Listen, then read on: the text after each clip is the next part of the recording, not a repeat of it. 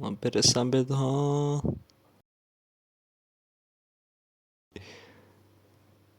نشد دیگه. حیف. آی بنازم بنازم جیجی پسر. نخوریم به هم. اوی آی آ گندش بزن. چی میگه؟ 180 تا گرفتم. اوکی برم این صدا رو قطعش کنم. تمام این بار خوبه. خب این سفید بزرگ چیه؟ پیغمبر.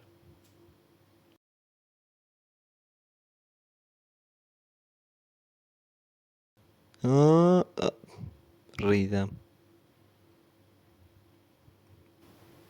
اوی خب مرسی.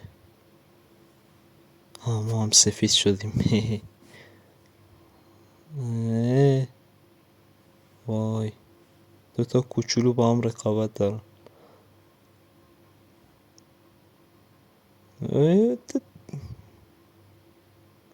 یا خدا این چی؟ ای بنازم. او این دوتا.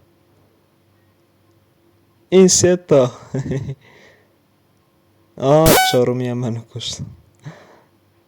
همینه میگه ظلم میکنم برای همینه. خب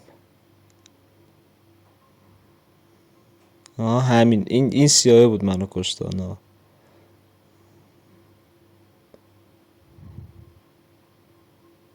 بنازم قرمز. چه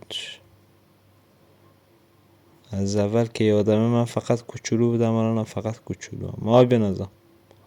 ای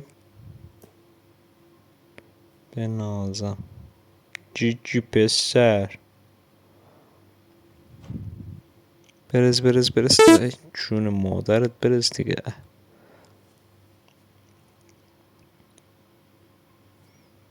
دوتا ماره دیگه بهم داد. بنازم. خب خب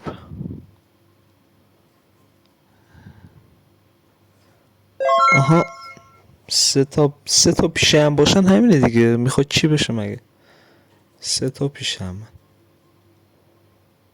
سلام.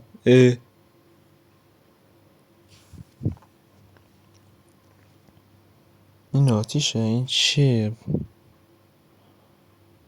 مثل سگ داره میره.